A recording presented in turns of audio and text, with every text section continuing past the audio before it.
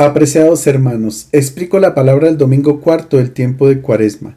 La primera lectura es del segundo libro de las Crónicas, capítulo 36, versículos 14 a 23. El final del exilio en Babilonia. El libro de las Crónicas pretende presentar la historia de Israel desde la creación del mundo hasta la época del exilio. Nuestro texto es la conclusión de toda la obra, donde el cronista hace referencia a dos hechos históricos: la caída de Jerusalén en manos de Nabucodonosor en el año 586 a.C. y la autorización dada por Ciro, rey de Persia, para que los exiliados puedan volver a Jerusalén tras la caída de Babilonia en el año 538 a.C. El exilio duró 50 años y los exiliados han vuelto a la tierra de sus padres y aún no se logra encontrar una razón que explique la tragedia. Pero el autor del libro de las Crónicas ofrece una interpretación teológica. Él es un creyente que lee la historia a la luz de la fe y a partir de la experiencia obtiene conclusiones para la reflexión de su pueblo. También las autoridades de Judá, los sacerdotes y el pueblo multiplicaron sus infidelidades, imitando las prácticas infames de los pueblos paganos y profanando el templo que el Señor había consagrado en Jerusalén. El Señor Dios de sus padres les enviaba continuamente mensajeros porque sentía lástima de su pueblo y de su morada. Pero ellos se burlaban de los mensajeros de Dios, se reían de sus palabras y se burlaban de los profetas, hasta que la ira del Señor se encendió sin remedio contra su pueblo. Incendiaron el templo, derribaron la muralla de Jerusalén, prendieron fuego a todos sus palacios y destrozaron todos los objetos de valor. Se llevó desterrados a Babilonia a los supervivientes de la matanza y fueron esclavos suyos y de sus descendientes hasta el triunfo del rey de Persia. Así se cumplió lo que anunció el Señor por medio de Jeremías, y la tierra disfrutó de su descanso sabático todo el tiempo que estuvo desolada hasta cumplirse 70 años. En el año primero de Ciro, rey de Persia, el Señor, para cumplir lo que había anunciado por medio de Jeremías, movió a Ciro, rey de Persia, a promulgar de palabra y por escrito en todo su reino. Así habla Ciro, rey de Persia: el Señor, el Dios de los cielos, me ha dado todos los reinos de la tierra. Él me ha encargado que le edifique una casa en Jerusalén, en Judá. Quien de entre ustedes pertenezca a su pueblo, sea su Dios con él y suba. El cronista lee la destrucción de Jerusalén, el incendio del templo y la deportación a Babilonia como el resultado lógico de los pecados cometidos por los jefes y por los sacerdotes de Israel. El Señor amaba a su pueblo, lo cuidaba, le mandaba profetas para que le indicara el camino de la vida, pero Israel despreció las palabras de los enviados de Dios, los insultó y los persiguió. Fue entonces cuando el Señor, airado, castigó sin remedio al pueblo que fue derrotado y humillado por los babilonios. Antes de la invasión del ejército de Babilonia, Israel había dejado de observar el año sabático. No había hecho reposar la tierra cada 6 años, como estaba prescrito por la ley, para permitir a los pobres y a los animales nutrirse de los frutos espontáneos del terreno.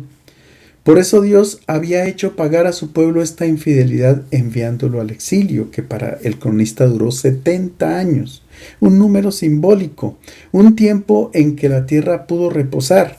No solo descansó de producir frutos, sino también de ver todas las injusticias. Los israelitas consideraban el bien y el mal, los éxitos y las desgracias de esta vida como señales seguras de las bendiciones o los castigos de Dios por las obras realizadas. Cuando el pueblo es fiel a la alianza y a los mandamientos, Dios lo premia y le ofrece vida y felicidad. Pero cuando es infiel, Dios lo castiga, experimenta la muerte y la desgracia. Se trata de una imagen de Dios bastante arcaica, basada en la doctrina de la retribución, que no explica por qué los justos reciben desgracias y por qué los malvados muchas veces gozan de prosperidad. En el colmo de su desgracia y de su amargura, el justo Job afirmaba desconsolado: ni siquiera yo mismo sé si soy culpable o inocente.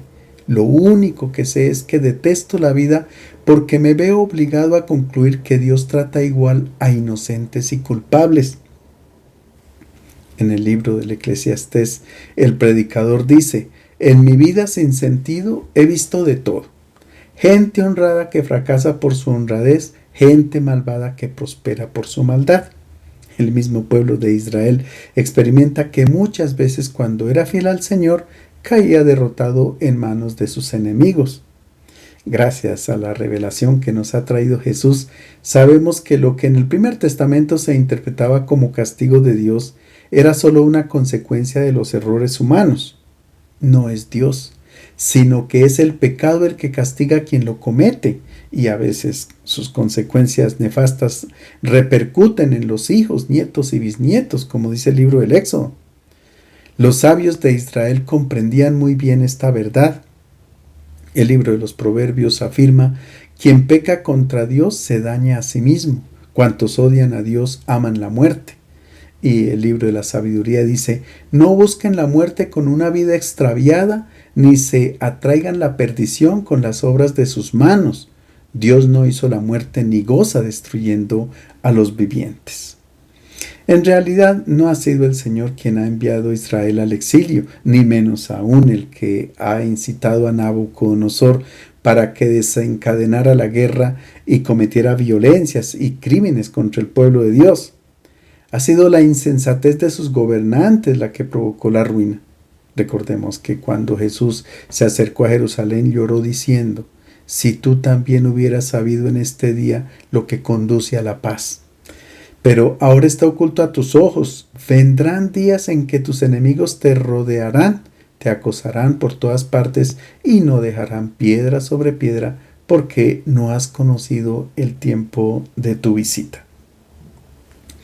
Nuestro pasaje concluye con el edicto de Ciro, rey de Persia, que permite el regreso de los deportados.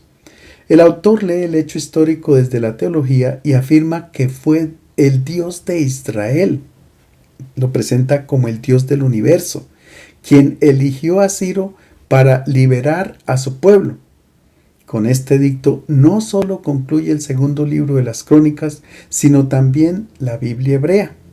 Es una invitación universal dirigida a todo judío para que vuelva a su tierra y siga adelante con la historia de su pueblo en la presencia de Dios y del templo. Es la imagen viva de la conclusión de toda historia entre Dios y el hombre. La última palabra no la tiene el castigo. Hay un horizonte de esperanza y de un nuevo inicio, porque es así como Dios manifiesta su infinito amor. La segunda lectura es de la carta a los Efesios, capítulo 2, versículos 4 a 10. Somos salvados por la gracia de Dios y no por nuestras obras. La carta a los Efesios comienza presentando en términos dramáticos la situación del hombre que vive alejado de Dios y de la salvación. Nuestro texto presenta una reflexión sobre el papel de Cristo en la salvación del hombre. El autor tiene como punto de partida la situación de pecado en la que vive el ser humano y de la que por sí mismo no puede salir.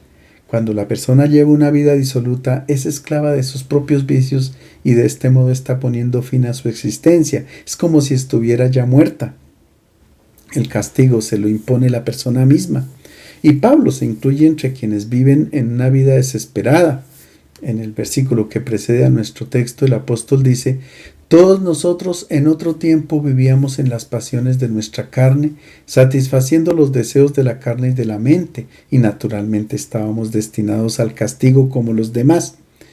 Y en nuestro pasaje afirma que Dios, con su infinito amor, interviene para liberar al ser humano y lo ha hecho resucitar con Cristo a una vida nueva.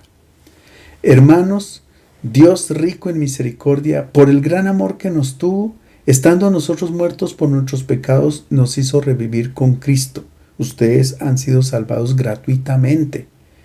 Con Cristo Jesús nos resucitó y nos sentó en el cielo, para que se revele a los siglos venideros la extraordinaria riqueza de su gracia y la bondad con que nos trató por medio de Cristo Jesús.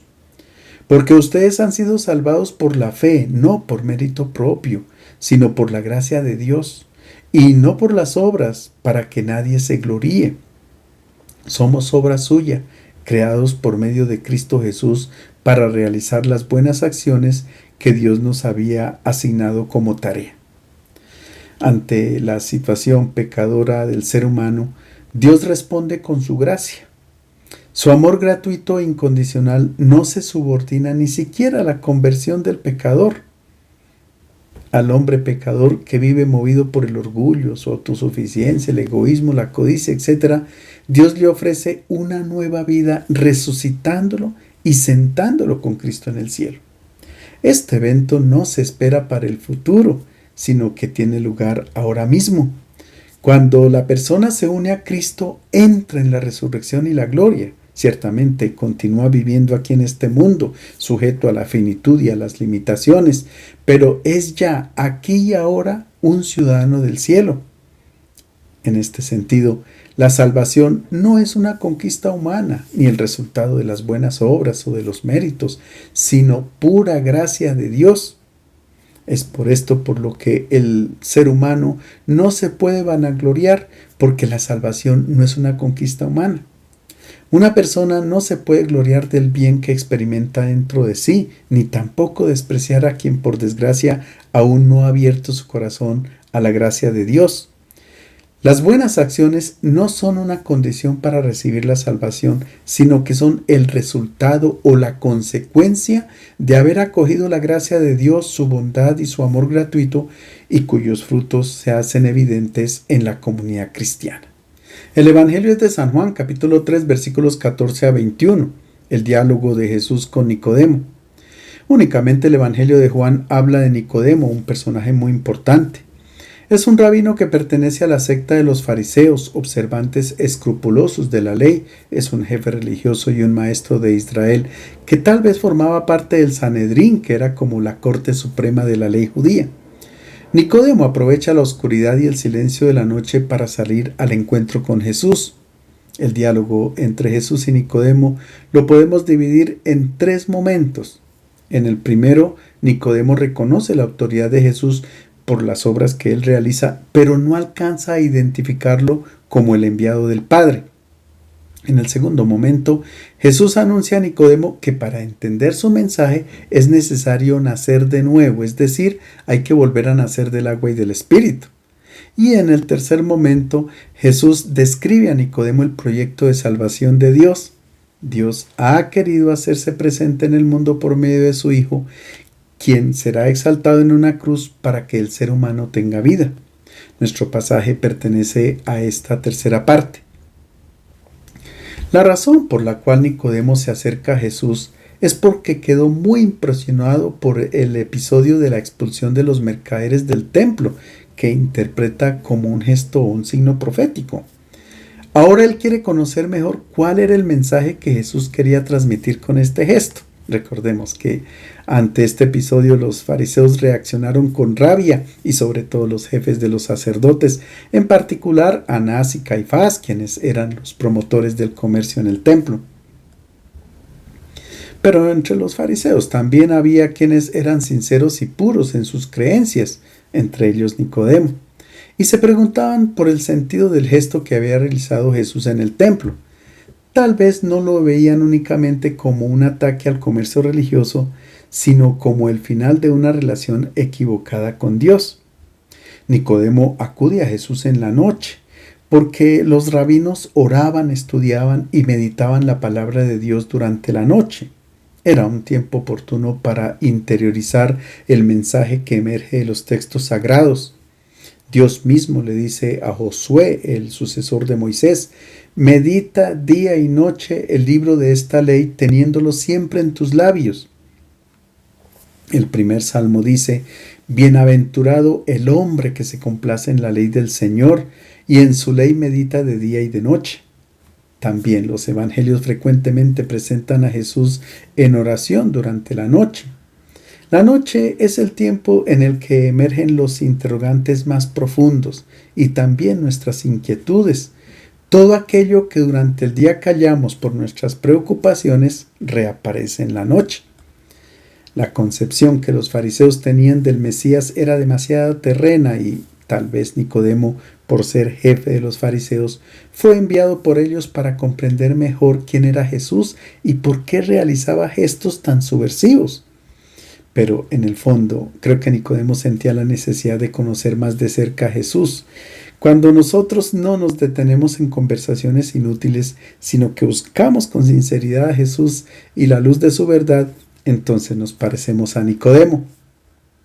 Es posible que también este hombre haya tenido dificultad para aceptar la novedad del Evangelio que Jesús ofrecía para sustituir la religión practicada en el templo de Jerusalén.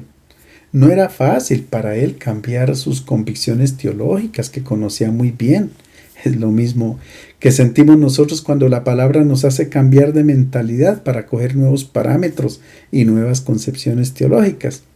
Siempre es necesario nacer de nuevo, porque lo que nace de la carne es carne, pero lo que nace del espíritu es espíritu.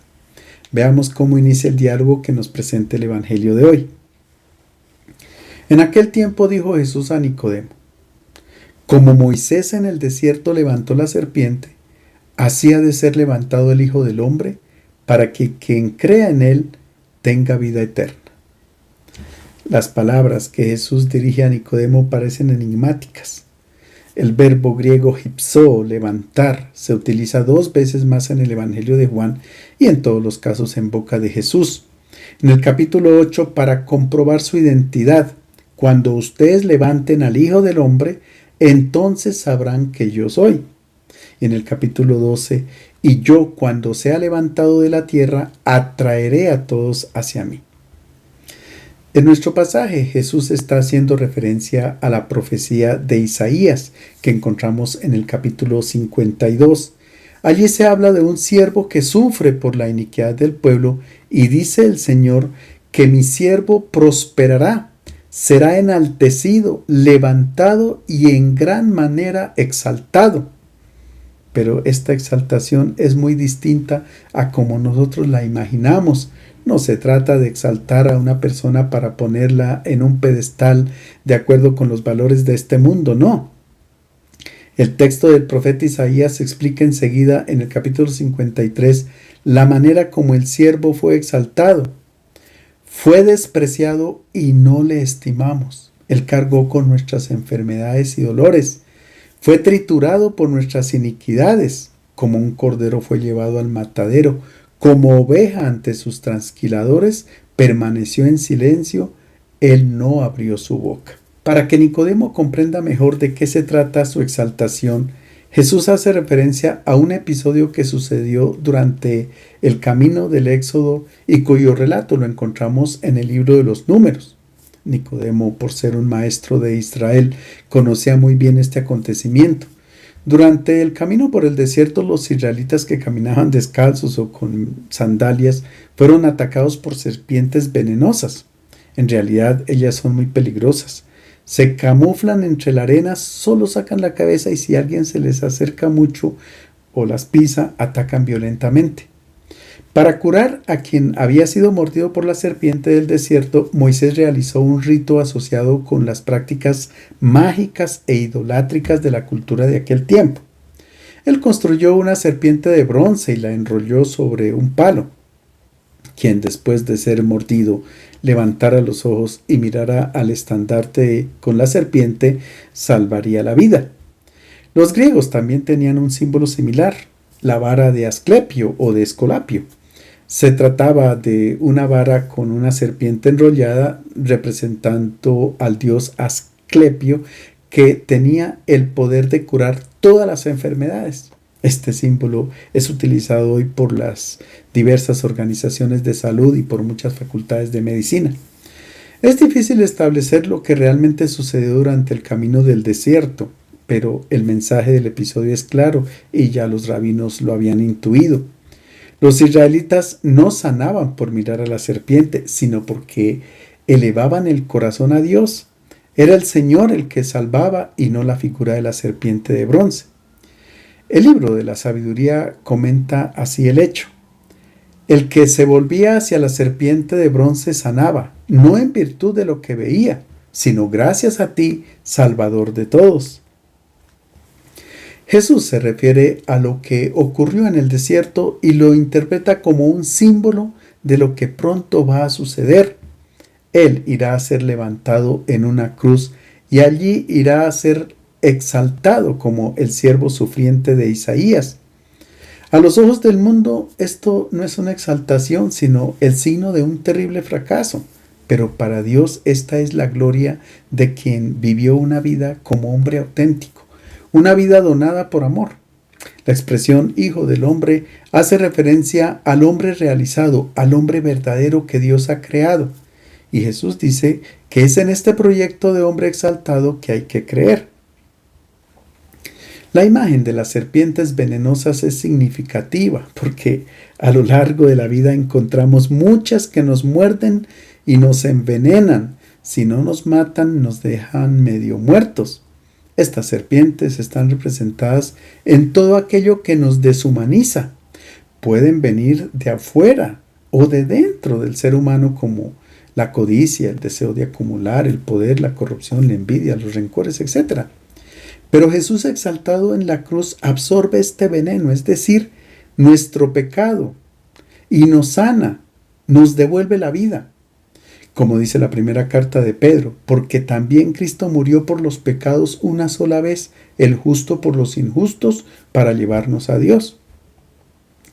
La salvación consiste en hacer nuestra la propuesta de vida que se concreta en la cruz. Quien cree en esta propuesta de vida, dice Jesús, tiene zoe aionios, vida eterna. En tiempos de Jesús se entendía la vida eterna como un premio al final de la vida para aquellos que se comportaban bien. En el Evangelio Jesús cambia el sentido. No es un premio futuro, sino una realidad presente, y se llama vida eterna porque no es la vida biológica la que dura por siempre, sino la vida presente con una cualidad indestructible porque contiene la vida del Eterno.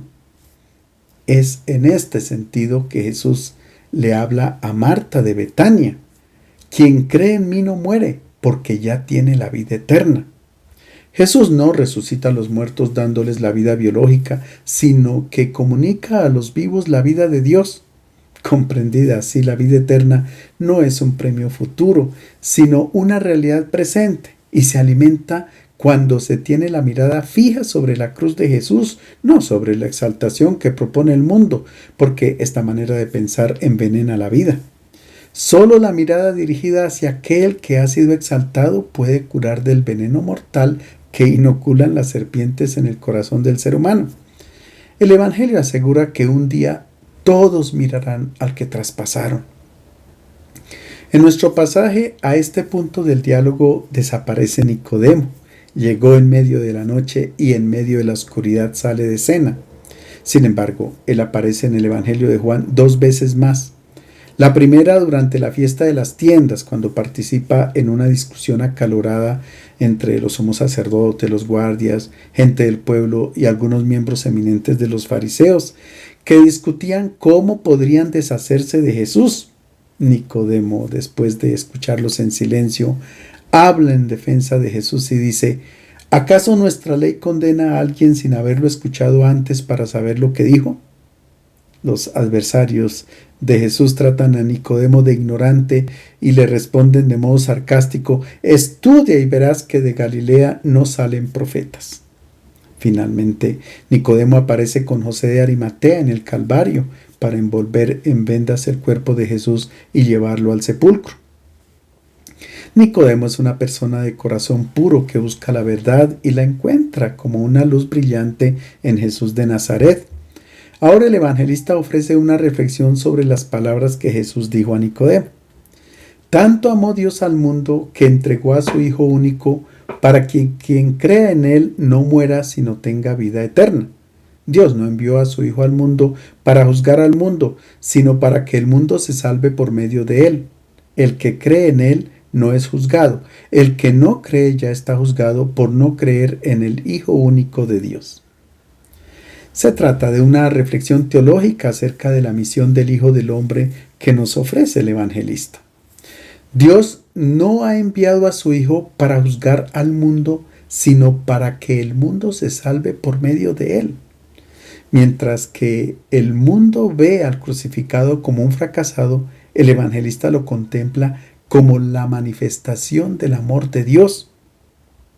Aparece aquí el verbo griego agapán, que significa amar gratuitamente, es decir, negarse totalmente a sí mismo hasta dar la vida por amor al hermano. Este es el verbo que caracteriza al cristiano. En griego clásico existían otras palabras para expresar el amor. Storge es el amor que implica compromiso, el amor familiar. Eros era el amor efímero, puramente romántico y pasional. Philos hace referencia al amor fraterno, incluyendo la amistad y el afecto. Y agape es el amor espiritual, un amor incondicionado. Es el amor que caracteriza al Hijo de Dios que ha recibido la vida del Eterno. Es un amor que hace que la persona se olvide de sí misma para vivir en función y en atención del otro, es decir, en plena disponibilidad para dar vida y gozo al hermano. En nuestro texto, San Juan dice que Dios ha amado tanto al mundo que ha entregado a su Hijo único para que quien cree en Él no muera, sino que tenga vida eterna. Por mundo aquí no se entiende el cosmos, sino la humanidad pecadora, rebelde, que busca su propia realización lejos de Dios. Dios quiere que esta humanidad esté abierta a la vida del amor, a su vida. Quien cree en la propuesta de ser humano que ha enseñado Jesús no será juzgado, pero quien no confía en esta propuesta ya ha sido juzgado por no haber creído en el Hijo unigénito de Dios. Jesús habla a un mundo caracterizado por el egoísmo, que es incapaz de amar. Un mundo donde los seres humanos se comportan como bestias salvajes, buscan dominar los unos sobre los otros, se agreden mutuamente y piensan que esta es una vida de suceso. En este mundo así aparece un cordero que pronuncia un juicio para desenmascarar a las bestias, para hacerlas caer en la cuenta de que se comportan como inhumanos. Revelando el amor del Padre del cielo, Jesús quita la máscara de la humanidad y pone en evidencia su egoísmo y su salvajismo. Para San Juan, el juicio de Dios viene al mundo cuando Cristo es elevado en la cruz. Por tanto, la salvación no es el escape de un peligro o ir al paraíso después de haber hecho una buena confesión, no. La salvación consiste en reproducir a Cristo en nuestra vida, permitir que se manifieste en ella la vida del Eterno. Solo así nos convertimos en hijos de Dios. Y ahora San Juan nos explica cómo acontece este juicio de salvación. El juicio consiste en esto, que la luz vino al mundo y los hombres prefirieron las tinieblas a la luz. Y es que sus acciones eran malas. Quien obra mal detesta la luz y no se acerca a la luz para que no delate sus acciones. En cambio, el que obra conforme a la verdad se acerca a la luz para que se vea claramente que todo lo hace de acuerdo con la voluntad de Dios. San Juan se distancia aquí del concepto de juicio de Dios que tienen los evangelios sinópticos. En el evangelio de Mateo se habla del juicio utilizando imágenes que desconciertan. Una red que saca peces buenos y malos, unas vírgenes prudentes y unas vírgenes necias, la parábola de los talentos, la separación de las ovejas de los cabros, la separación del trigo y la cizaña, etc. San Juan habla de un juicio que acontece en el presente y que es solo salvación.